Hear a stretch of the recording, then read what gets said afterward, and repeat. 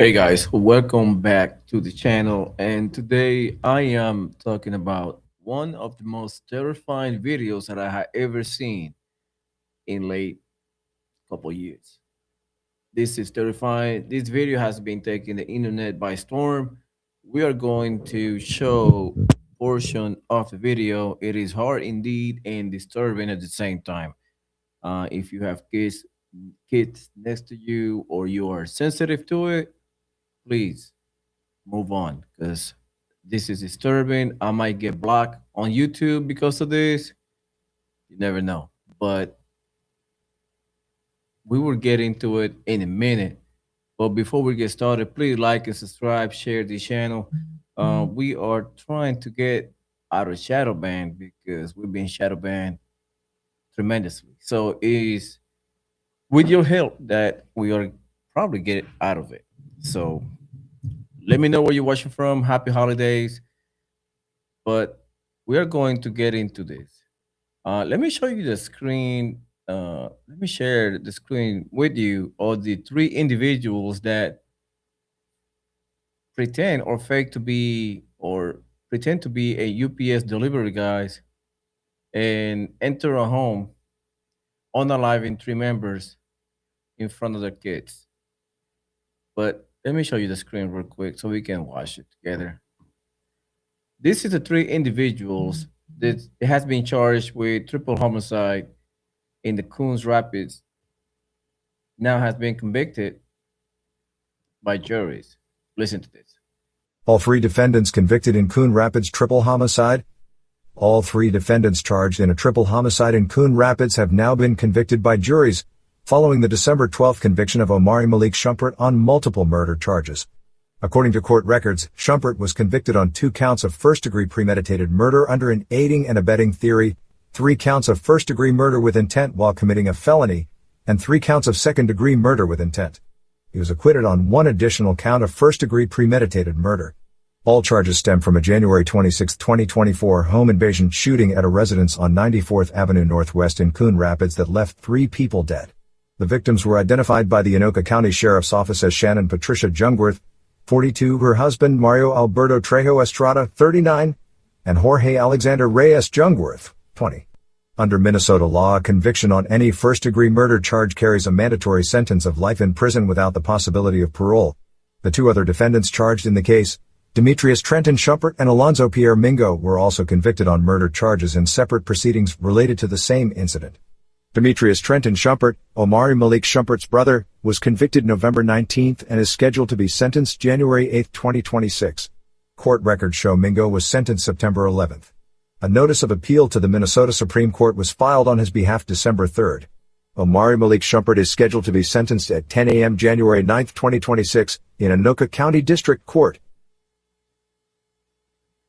So there you have it. So we're gonna move on, and I'm showing you the video right now. Like I said, this is a disturbing video. It is heart wrenching, and I might get blocked on YouTube. I might get a strike, but I'm gonna post it anyway. So let me know what you think at the end of the video. So let's get into it.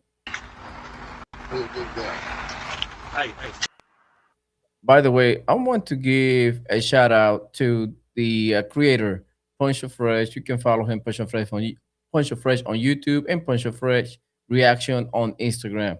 That's him right here. Thank you so much. Credit where credit's due. Let's continue. Move your hand. Move your hand. Open it up. Move like that. Open it up. So what we see right here, the 2 fake UPS drivers, delivery guys, they came up and confront the apparently the children, the 20-year-old. Let me see his name back over here again. Jorge Alexander intercept him at the door and walked with him into the house. And this is what is about to happen is beyond comprehension. People on the internet is going crazy about this situation. Let's continue. Turn around.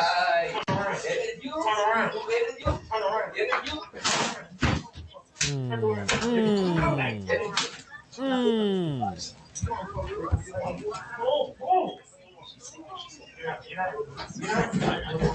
Man, come on, bro.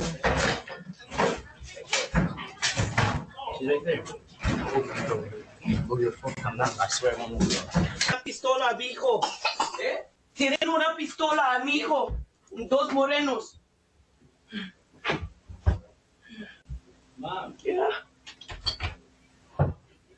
Please, please. Don't do anything, please. Oh. 911, what's the address for the emergency? Hello? Don't do anything, please. Oh my gosh. Give me the money. And I ain't playing. Look. Thank him or not. I know. Hey, Mario Alberto. Come on with the money, man. Okay. Ow. Stop. I'm gonna pause it right there. What you're seeing is she had the opportunity to make a phone call to the 911, and she put the phone away. She tossed it on the floor, and you can see the dispatcher, on the edited portion of it. They listen to the entire conversation, and I'm not going to show it, but I'm going to link the video, the full video, in the description down below later on in a few minutes, so you can see the entire video for yourself. But at this very moment, this guy right here on at the door gun whip the lady, the mom, while the two kids are watching, the two toddlers. They held at gunpoint the parent, the dad, and the son. I guess in the living room, kitchen area, and they on alive. I believe the parent, the dad first, the son second, and they came back to the room and on alive. Mom living a crazy situation. The kids are running around. Um, it is heart wrenching. I mean, if you go on YouTube, TikTok, you can see the entire video. It is disturbing to say the least. Um, I would not like to play it. I'm gonna just fast forward to the last very second, so you can see the ending of it.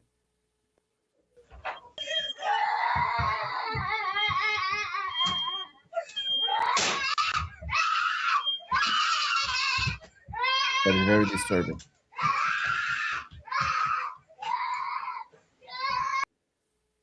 So that happened a couple days ago. I believe about a week and a half. Let me see. That happened back in September.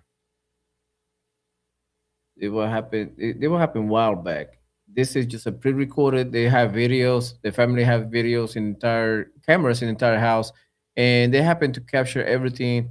And thankfully, they are apprehended, and now they are waiting for further charges. Basically, they are looking at lifetime in jail, and I guess they're going back to jail, going back to reading of the sentence at January 9 on the next year. So people's reaction online is basically upset. You have people crying. You have people upset about it. This is, I mean, this is devastating for the families involved, and man, this is bad. I don't know. I mean, I made a video of a reaction of a young black teenager hitting a woman in the face, and now I bump into this, and people are, hitting me on DM saying that I'm targeting black people, that I'm racist, and I'm already getting in a bunch of bad comments, which I care less about it. But I'm just stating the facts. I'm targeting everybody. So if you've been following this channel for a little bit, I'm talking about everybody: whites, Arabs, Muslim, Christians, Hispanics, Caucasians, you name it, I'm talking about it. So this is not new. I'm going to show you the next clip that it is and the other spectrum of this event that just happened. I'm going to talk about our relationship, U.S. and Israel. I might get shadow ban because people are gonna say I am anti-Semitic, but I care less about it. So I am not a fan of Mehin Hassan. He's not a my cup of tea. He's I don't see eye to him because his word views, but I respect his work, and I have to give it up to him on this one by pressing a former prime minister of Israel. So let's watch the video, and credits to Clayton Kucheri. You can follow him right here down below. He put a good content right here. So let's play the video. Iran have as of today? Right now, I hope none. Okay, how many does Israel have? No idea. No idea. You hear everybody laugh? You were in the government. They don't tell you that stuff. No idea. Who do they tell? No idea. Do you recognize the hypocrisy of Israel No. having a secret illicit nuclear weapons program that it won't open up its doors to and won't talk about, and then lecturing everyone else in the region about nuclear Absolutely weapons? not. You know why? You talk about hypocrisy. Boom, roasted. If an Iranian guest came on my show and I asked him about Iran's nuclear program, he said, I don't know, I'm not going to talk about it, would you be okay with that? You'd be outraged. Of course And I yet would you be. sit here as a former Of course I minister of would the be, Israeli because- government saying, oh, I don't know, Of course never would talked about be, nukes with anyone. because there was like 16 United Nations Security Council resolutions against Iran. And there is Iran was against a Israel. signatory And there is to against Israel as well. About Your nuclear issues? program. No. Yes, there is. UN True. Resolution 487. Let me read it to you. The Oh, cook 'em. Let's go. UN Security Council in 1981 says, calls upon Israel urgently to place its nuclear facilities under the safeguards of the IAEA. Why haven't you done that? Because Iran has never attacked a neighbor. I would like to hear his answer, but it's just going to be some dog and pony show, blah, blah, blah, blah, blah, victim, victim, victim answer. Israel has repeatedly attacked its neighbors. True. Iran signed the non-proliferation treaty. True. Israel has refused to sign. True. Iran submits to Israel actually has created the opposite of nonproliferation with the Samson option, where they believe they have the right to completely destroy the world if they're ever attacked. And adding more into that, I was reading to our relationship between Israel and the U.S. and I didn't know that they were the ones that attacked the USS Liberty back in the 1960s. And the more I read into it, I thought it was like a blue on blue, like friendly fire, and it was a honest mistake. But in reality, they have their planes doing the flybys 2 or 3 times into the U.S. Liberty, identifying Americans, and even though they even though attacked the USS Liberty and killing over 25 personnel and wounded about 120, 150 of them. So that is crazy. And yet, even though they pay reparations afterwards, they pay thousands and thousands of millions of dollars. But now we are paying 3.4 billions of dollars a year to Israel in form of grants. Make it make sense. Now we're paying grants to them, $3.4 billion a year in form of grants, then they don't have to pay back to us. Let that marinate. That's a different conversation. inspection by the International Nuclear Energy Agency. Israel refuses to submit. Iran has no nuclear weapons. Israel has between 75 and 400 nuclear weapons. All stolen from the United States. So Israel poses an existential threat to Iran. True. For the last And possibly the entire region. 40 years, Israel has conducted a systematic campaign of disinformation about Iran. Why the lies? Why the double standards? Why the hypocrisy? Whenever I become president of the United States, Israel will sign the IAEA. Take it to the bank. Wow, that's crazy. That is crazy when you put it like that. When you put it into perspective, our relationship with Israel is very, very, I would say, murky in a sense of like it's not the same. I mean, we treated them like with the red carpet. Everything is served in golden platter for them, but yet in return they put the handcuff on us. We cannot talk it. We cannot criticize their government. We cannot criticize where the money goes or how they spend our money. But yet, if we do it, we doing hate speech and we are anti-Semitic, which is insane how they portrayed us for the last 40 years, which is ridiculous. So let's play another video. Let me show you this real quick. Let me see. Let me put it up. Let me cue this up real quick. Make sure it's not the same video. All right. Let me copy this.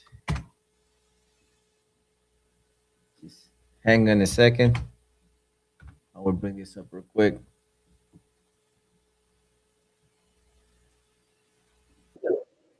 So while you're there, please like and subscribe, share the channel.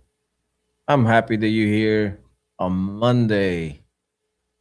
What is the day? Oh, the 22nd of December 2025. I can't believe the year went that fast. Seems like yesterday that we were just, saying welcome 2025, and now we are saying goodbye to it.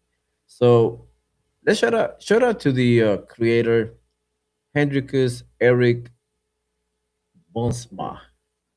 You could follow down here. Let me I've not seen this video in its entirety, so let's get into it. It looks very interesting though, how these educational videos bring a different perspective, even though I take everything with a grain of salt and I do my research later, but at least this is a like a preamble and make you think what is really going on. Let's play this video.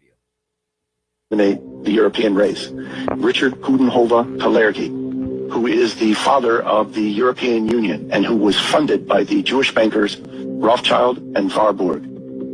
Now, this man wrote a book called Praktischer Idealismus in 1925, in which he stated that the Jews are a master race and that the Jews can only assume the throne rule over the world by weakening the European race, and that the means to weakening the European race would be to dissolve all the European nations, destroy all their cultural heritage and their national traditions, and replace that with the European Union, and then to invite in Africans, Middle Easterners, and Asians to dilute the blood of Europeans through miscegenation to the point where they became a degenerate mixed race.